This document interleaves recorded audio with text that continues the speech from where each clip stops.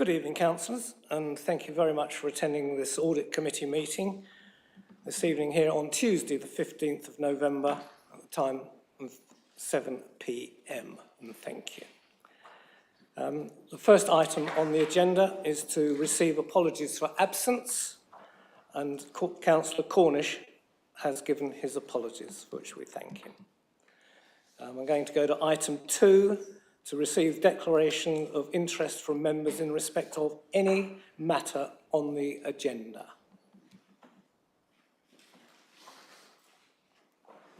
I see none, so I'm going to move on then to item 3.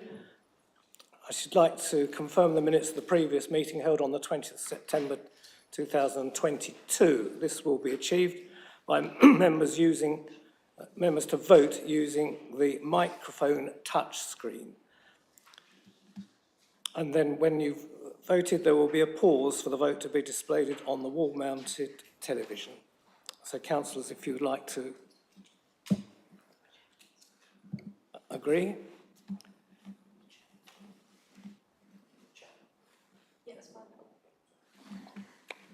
Apparently I have voted. That's unanimous. And I think we're going to show the results of how each councillor voted. And if we're not, I don't think that is of any great concern. Next item is 4, to consider any items the Chairman agrees to take as urgent. I have none. That being so, I'm going to now go to item 5, the internal audit progress. And I'm going to turn to Louise Duffield, who's the Director of Resources and Organisational Development, to open the debate. Louise, thank you. Good evening, colleagues. Thank you very much. I'm just going to give a headline introduction to the report. We're then going to hear from Juan Fosco from Mazars and then from Simon Hughes with some further detail. So, as you'll all know, I'm quite new to the council, and this has been a great opportunity in terms of preparing for this evening to get to know Mazars and to get to know our audit processes. I'm pleased to report that following the publication last week of this particular report, I can confirm that all of those recommendations are closed, and now that I've joined the organisation, we're going to be having regular meetings to make sure that you're given up-to-date information. So all those actions had been delivered, we just hadn't perhaps communicated them as speedily as we could have done. And I think that there's an interesting debate and discussion to have, which Simon's going to lead, on the cybersecurity element. So if I may, Chair, invite Juan. Thank you. Please, Juan, that would be very good if in good evening.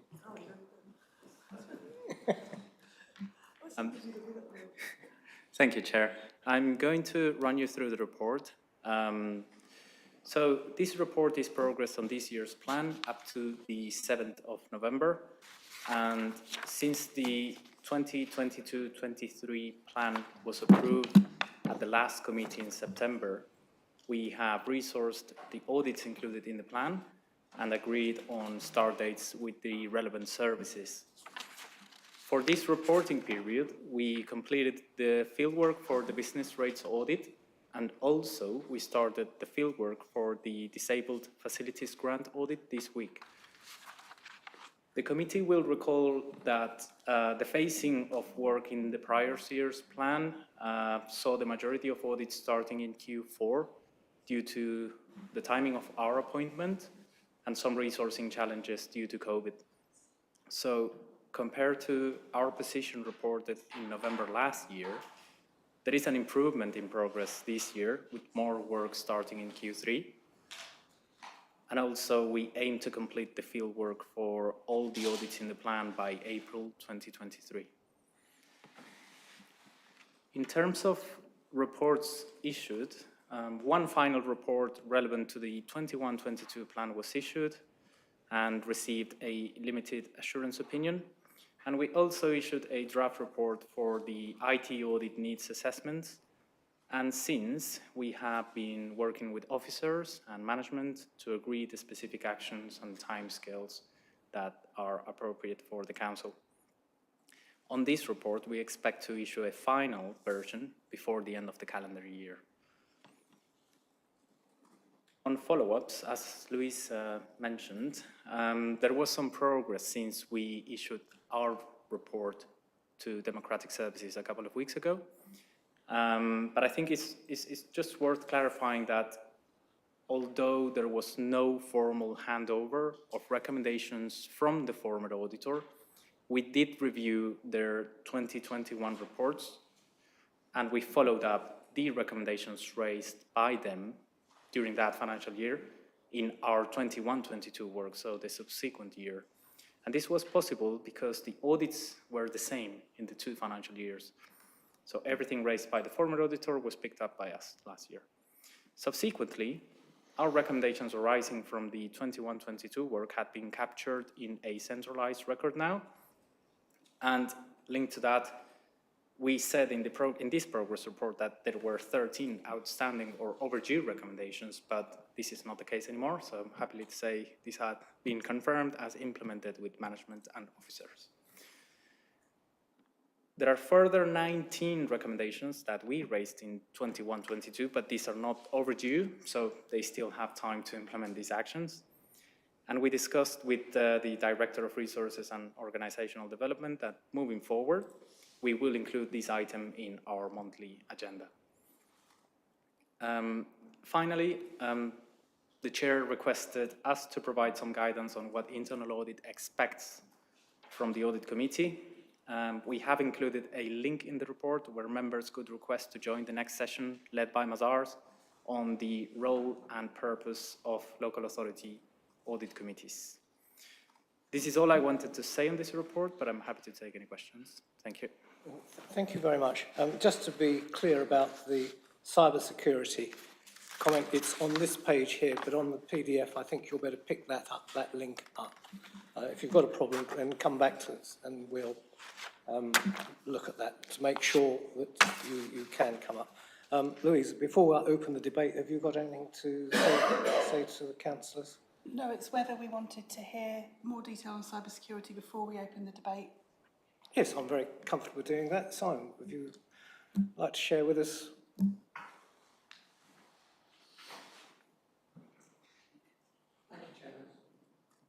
Thank you.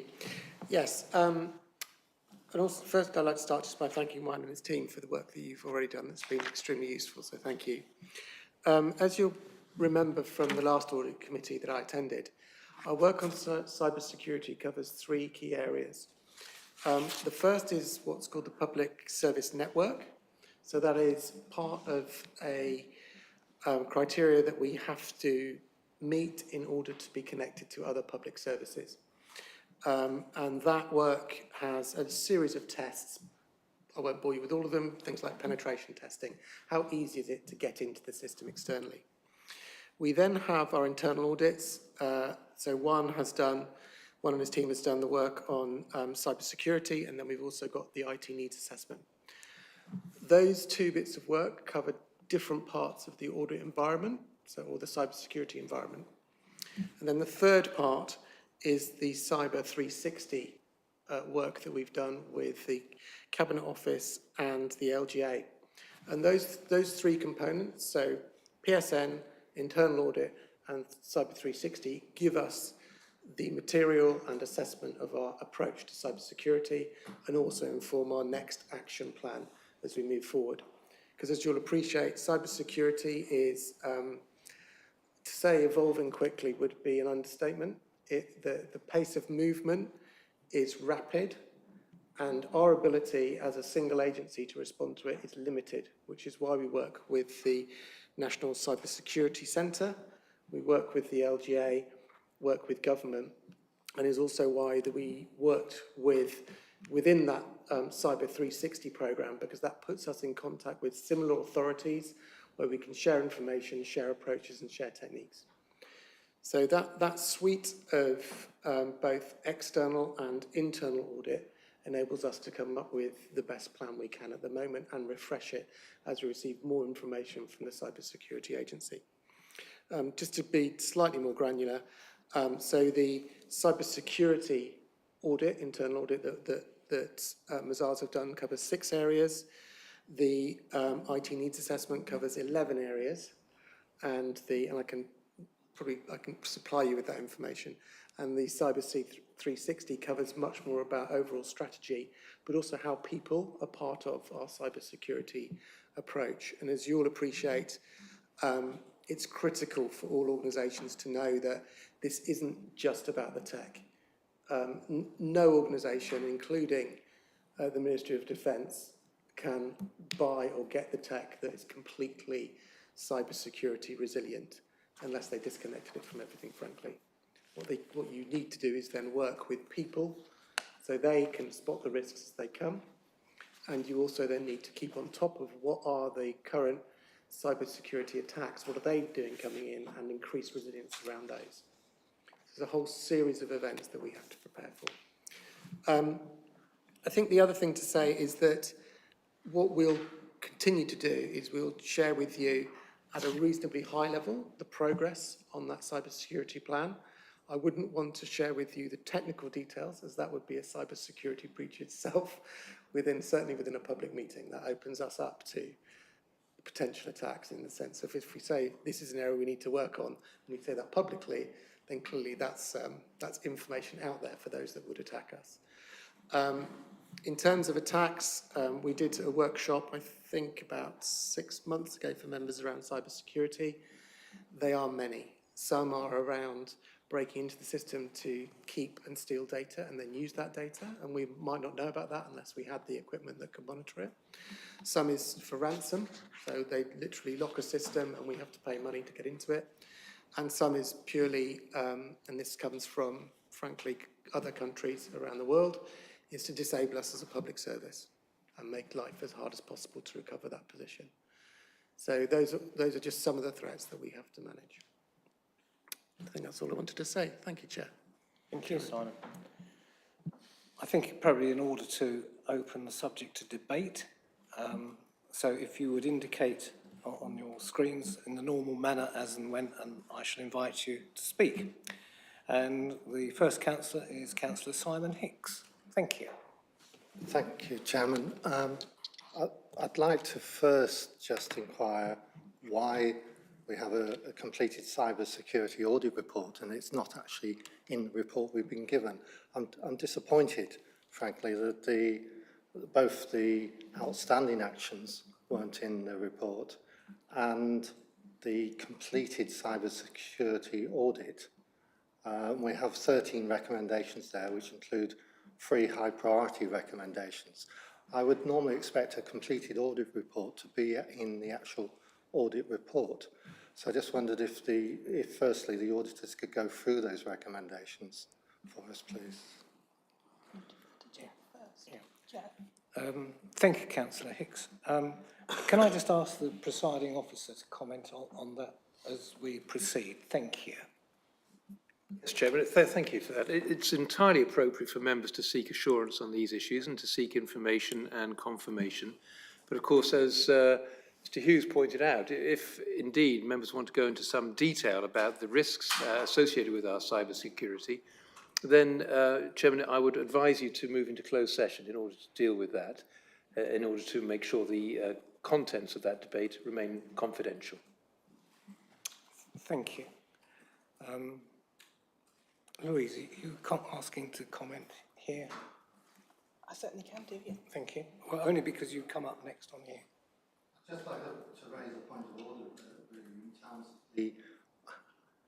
we would, in terms of this committee, and would normally expect to have an internal audit report that is completed, presented in the report. So, and if there's any reason for it not to be presented, that is included in the report. So I think I'm not happy with the way this has been presented to this committee. Councillor Hicks, thank you for that. I'm just going to ask the presiding officer if he would like to comment to Councillor Hicks. Chairman, I don't think it's for me to comment on the contents of Mazar's report. Thank you.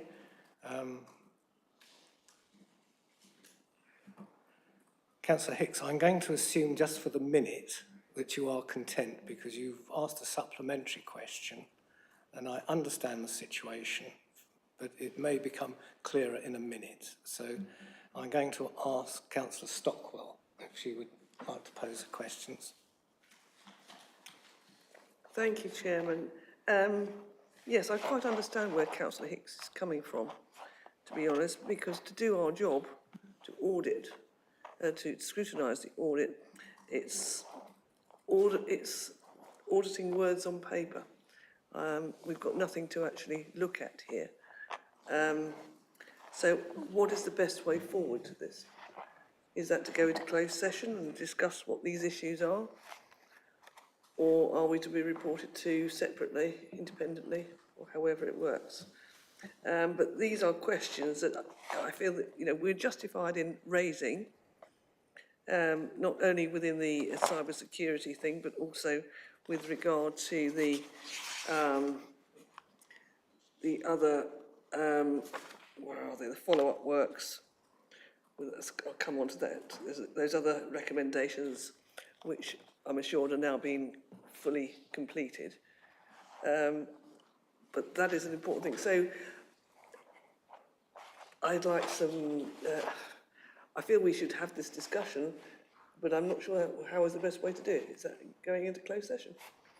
Thank you. Thank you, Councillor Stockwell.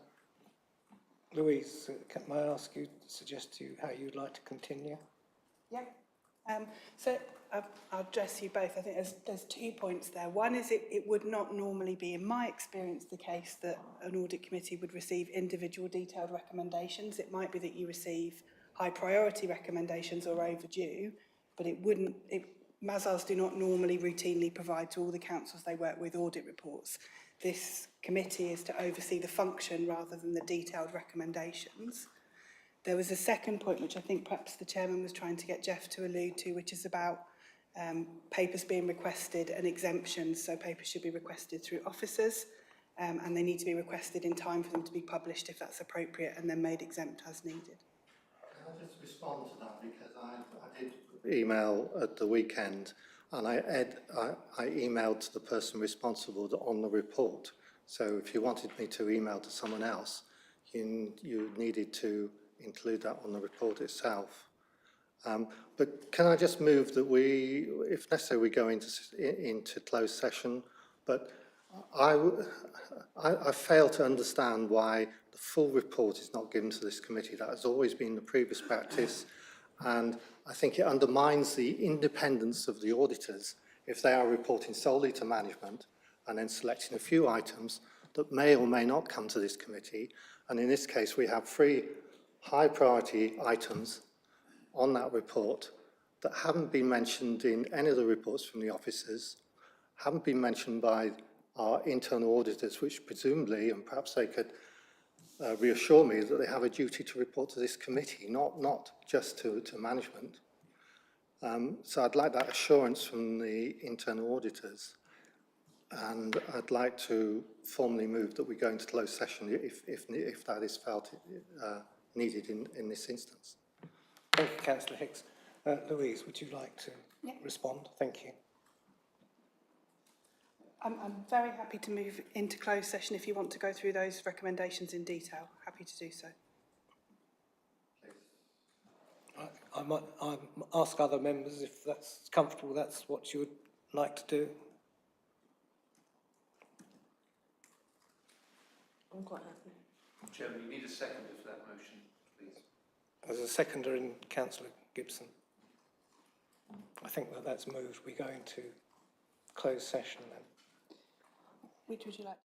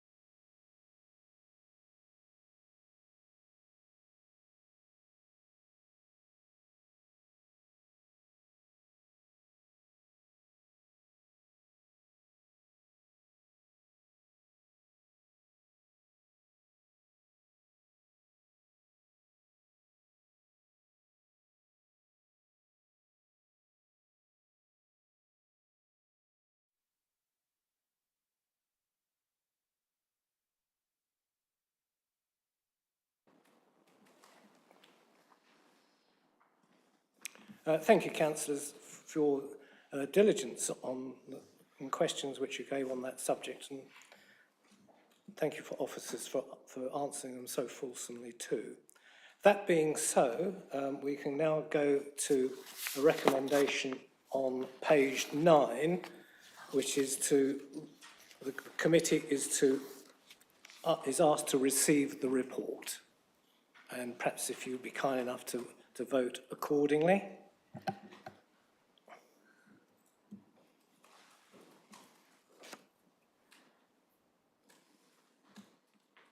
I think we've all...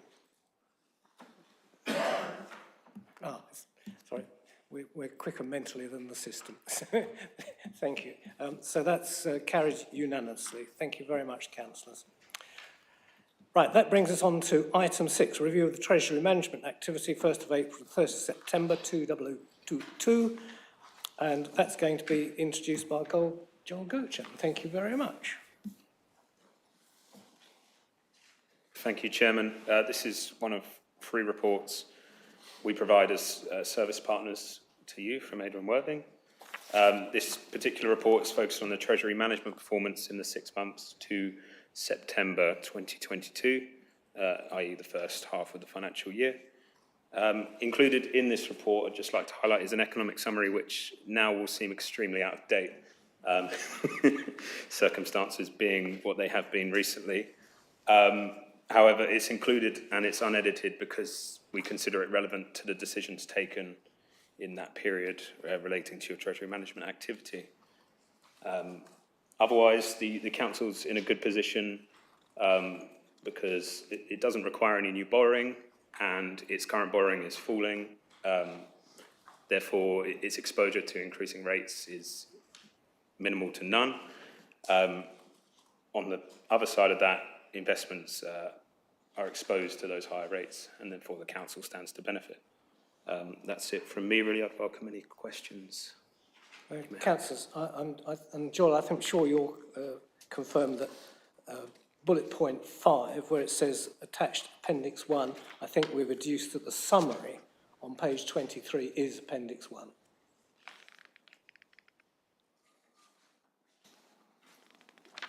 Yes, that would appear so. Thank you. So, councillors, are there any questions you'd like to ask of Joel? There are none. Councillor Gibson, I see you're stabbing your finger. I don't know whether you've got a... So, Councillor Gibson. Move to the other side. I've got a question just about what's happening with the drawing on the general reserve, which seems to have varied throughout the year. I thought the Beadlands development with 0.6 million was going to be booked against it. I thought the Sang at 0.7 million was going to be booked against it, and there was definitely something else in there. At the start of the year, I think we were looking at drawing, and I'll try and pick the figure out quickly, but I think at the start of the year we were looking at 2/3 million drawn on it, and now we seem to be, I assume that this is good news, that it's dropping in terms of what we have to draw on general reserve, but... Which page are you on? We're on the, am I in the right part of the report? Yeah. I think. I've circled it round reserves and revenue contributions in 6.2, which is 0.539. And as I say, I've just been looking through what was exactly booked to a cabinet on the March and June meetings. And it's just an observation that... Councillor Gibson, is that then page 28 you're looking at? Yes. With 6.1, 2 and 3 on it? Yes. Right, thank you. Yeah, Just sorry. so that we're all on the same page. But it's just a general observation, just a general question about how, if you'd be the draw on general reserves varies throughout the year. Joel, would you like to comment on that? Yeah, so there are a number of calculations behind these tables. quite a lot of figures behind them. So I'd want to make sure I give you exactly the correct answer. Most likely it's due to changes in the capital programme and some slippage. But I would want to look and respond to you in writing if that's okay. Understand it, we've paid for the SAG, and we're going to get the money back. So that's come out of general reserve. So I'd expect that to be showing in this year as having already gone from general reserve. And that was certainly more than 0.539. Thank you. Louise, you'd be comfortable to respond in writing to that at a later date? Can do. Do you want to take this?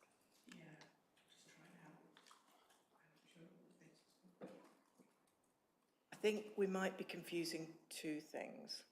I think you might be confusing our management of the General Reserve with how our wider investments are handled from the Treasury Management function by Ada Worthing. I think that's possibly what you're doing. So I think your questions about the General Reserve would be better directed probably at a cabinet meeting, or we can deal with it outside. I think it's beyond the scope of what Joel can help us with here. Is that all right? Well, okay. Yeah, that is the position. That is the position. So what you say is that this window is a different window on the overall. Right, okay. Thank you. Are there any more questions on this item? Right, I see there are none. That being so, I'm going to go to the recommendation on page 21, where the committee is asked to recommend the following to full council. Roman 1, that no new borrowing has been necessary in the 6 months to the 30th of September 2022, and the outstanding borrowing has reduced from £2,123,000 at the 31st of March 2022 to 1.901 million. Roman 2, the increase in investments from £77.636 million at 31st of March 2022 to £88.175 million at 30 September 2022. Both figures exclude the £6 million investment in the CCLA Local Authorities Properties Fund. And I ask you to vote accordingly. Thank you. Sorry. Could you get a second? Oh, I see. Yes, I have a seconder in Councillor Stockwell.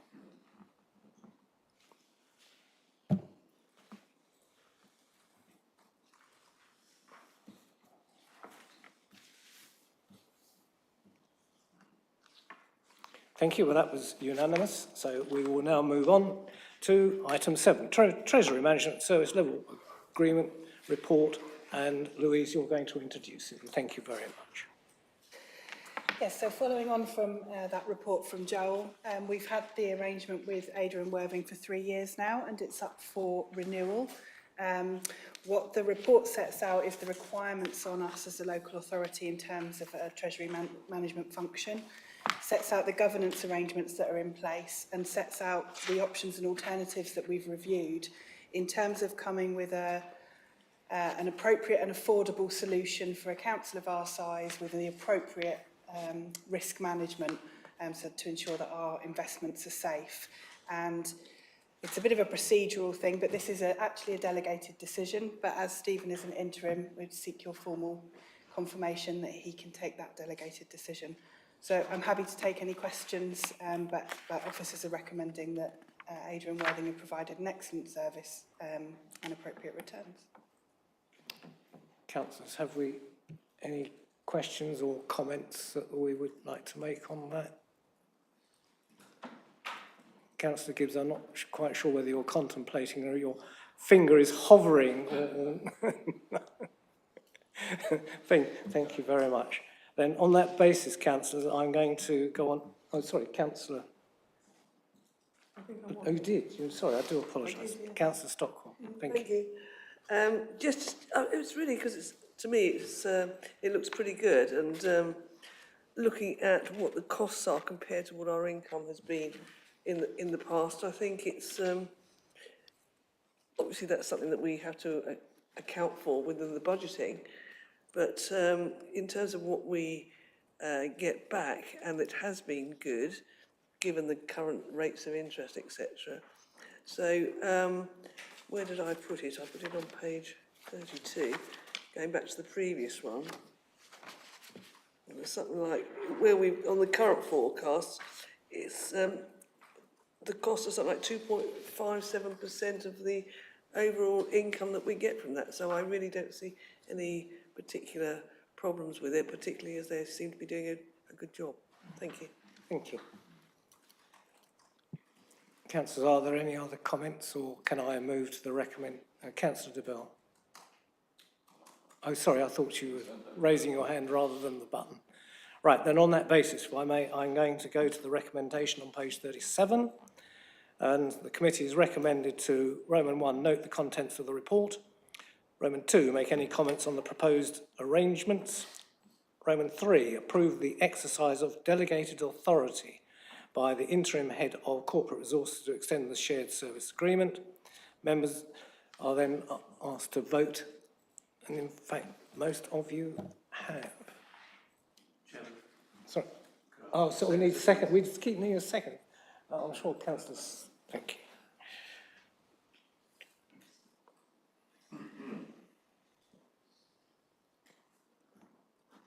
Thank you, that's carried unanimously. That brings us on then to item 8, committee works for programme 20023. And Louise, I think you're going to introduce this for us.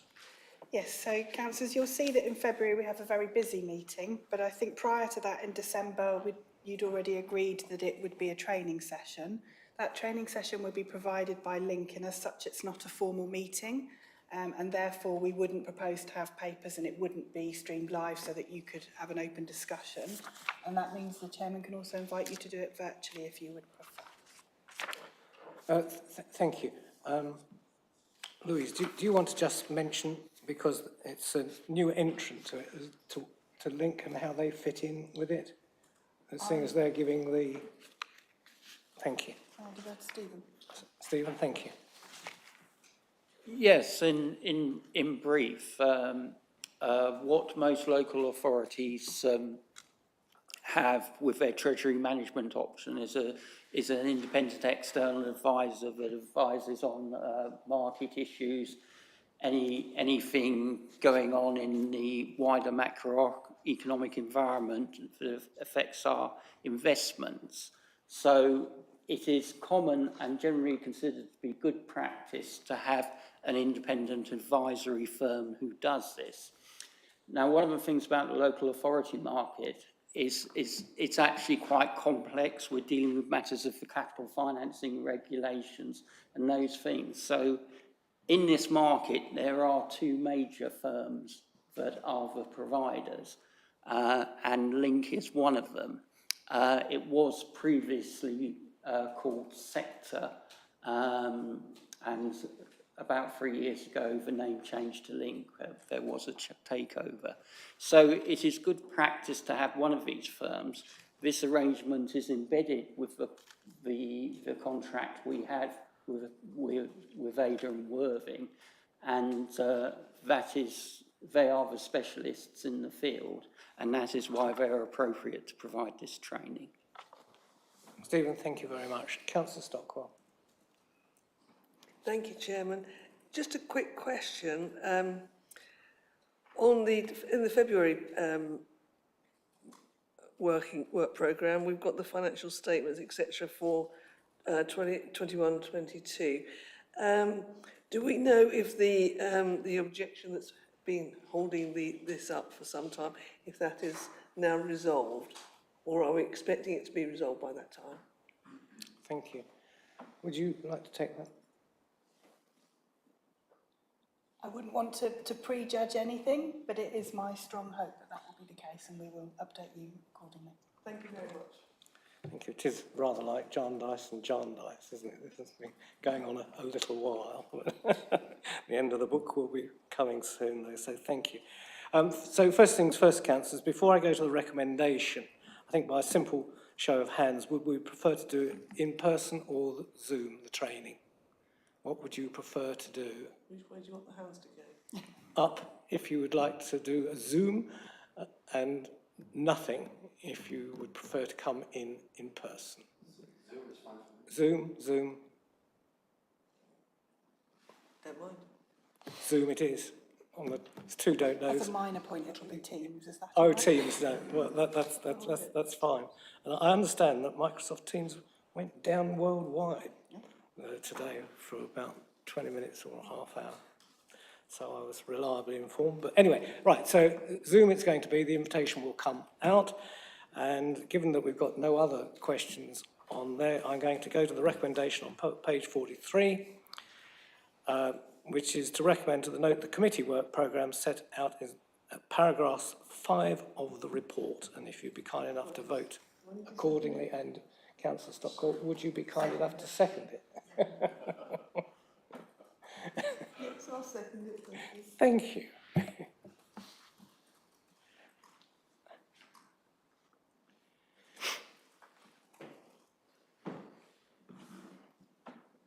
And that's carried unanimously, so councillors, thank you.